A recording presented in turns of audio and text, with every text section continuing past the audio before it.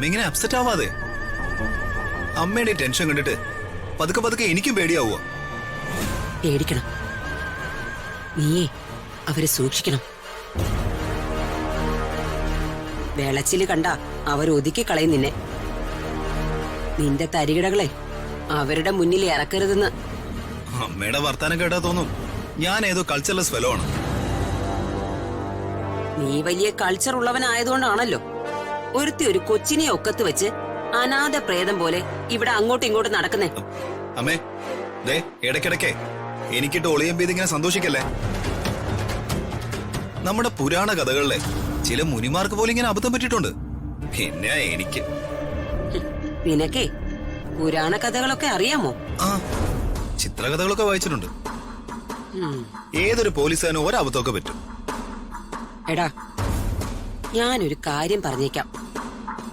ആ ദിവ്യയും നീയും തമ്മിലുള്ള കണക്ഷൻസ് ഒന്നും ആ സരസ്വതി തമ്പുരാട്ടി അറിഞ്ഞേക്കരുത്. അറിയാൻ പാടില്ല. അവൾ ഇവിടുത്തെ തൂപ്പുകാരിയാണെന്ന് പറഞ്ഞാ മതി.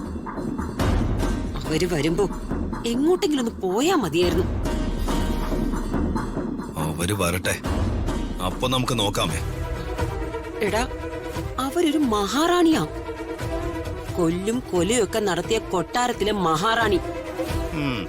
അതിന് ഈ കാലത്ത് രാജാവ് രാജ്ഞിയൊക്കെ ഉണ്ടോ? അവരിപ്പോഴും മഹാറാണിയെ പോലെയാ ജീവിക്കുന്നേ. മഹാദുഷ്ടയായ സ്ത്രീയാ. എന്റെ 10 ഇരട്ടി ദുഷ്ടത അവർക്കുണ്ട്. അവരിങ്ങോട്ട് വരുന്നത് തന്നെ എന്റെ നാശം കാണാനാ. എന്നാലും ഇങ്ങോട്ട് വരട്ടെ. വന്ന കാലില് അവരിവിടുന്ന് തിരിച്ചു പോവില്ല. എന്റെ അമ്മയോട് അവരെന്തെങ്കിലും ചെയ്താ തൊട്ടിക്കളയും ഞാൻ അവര്. അവരുടെ കൈകൊണ്ട് നീ പടുമരണം വാങ്ങിച്ചു കെട്ടരുത്. അത്രയൊന്നും പേടിക്കണ്ട ചേച്ചി. എന്തായാലും മനസ്സുകൊണ്ട് വളരെ നല്ലയാളാ അമ്മ.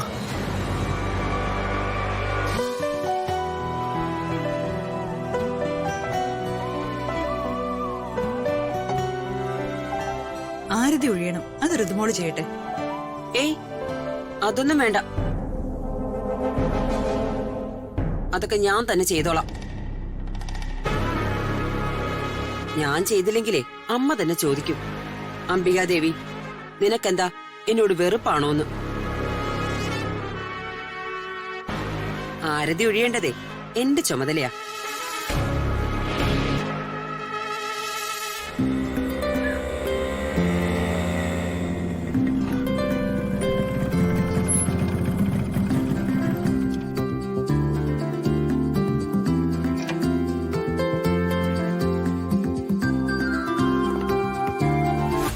ദേ വന്നല്ലോ അപശകുനം. ബൊക്കെയൊന്നും വേണ്ടെന്നാ രാജു ഇവരൊക്കെ പറയുന്നേ. ഏയ് എന്തായാലും വാങ്ങിയതല്ലേ, ഞാൻ തന്നെ കൊടുത്തോളാം.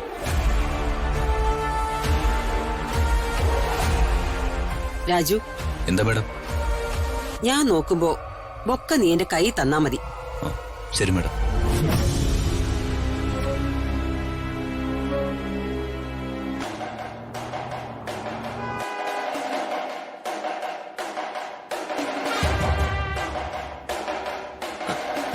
കാർ വന്നു തോന്നുന്നു.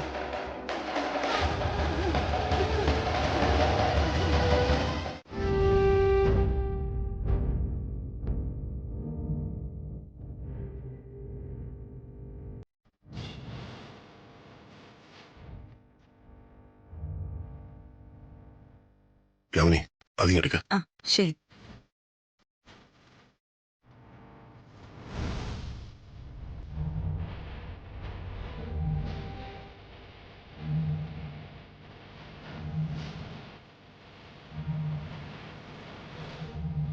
ഇതാ അമ്മേ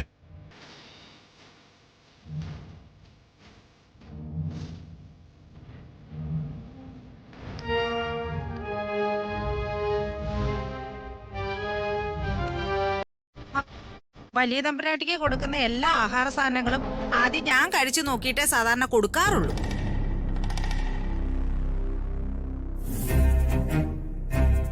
വിവരദോഷി. എന്തോ ഞാനു ചൂഞ്ഞ പശു. എന്തോ ഈ നിൽക്കുന്നത് ആരാന്ന് നിനക്കറിയാമോ? എന്റെ മരുമോനാ. അതിലുപരി ഈ സ്റ്റേറ്റിന്റെ വിദ്യാഭ്യാസ മന്ത്രിയാ. മനസ്സിലായോ നിനക്ക്?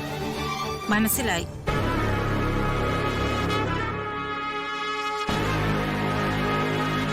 പള്ളിക്കൂടം കാണാത്തവള്. സ്കൂളിൽ 10 വരെ ഞാൻ പഠിച്ചിട്ടുണ്ട് തമ്പുരാട്ടി.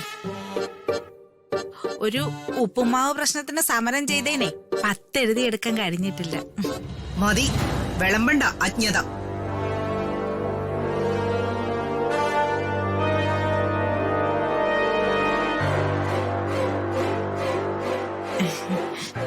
പ്രതാപനിരിക്കെ. വേണ്ടമേ, ഞാനിവിടെ നിന്നോളാം.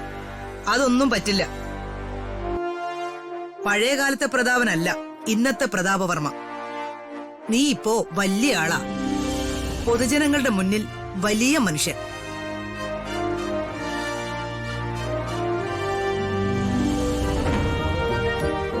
കുടുംബത്തിന്റെ പേര് നിലനിർത്തി ജനങ്ങളുടെ വിശ്വാസം കാത്തു സൂക്ഷിക്കുന്ന യാതൊരു കളങ്കവും ഇല്ലാത്ത മിനിസ്റ്റർ. തനിക്ക് ഇങ്ങോട്ടിരിക്കാം.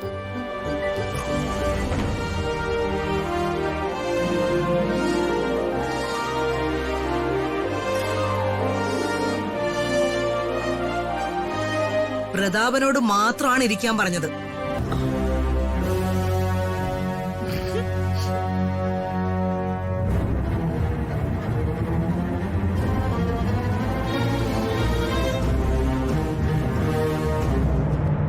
പറയുന്നത് അനുസരിച്ചില്ലെങ്കിലേ പണി പാൽപായസത്തിൽ കിട്ടുവേ.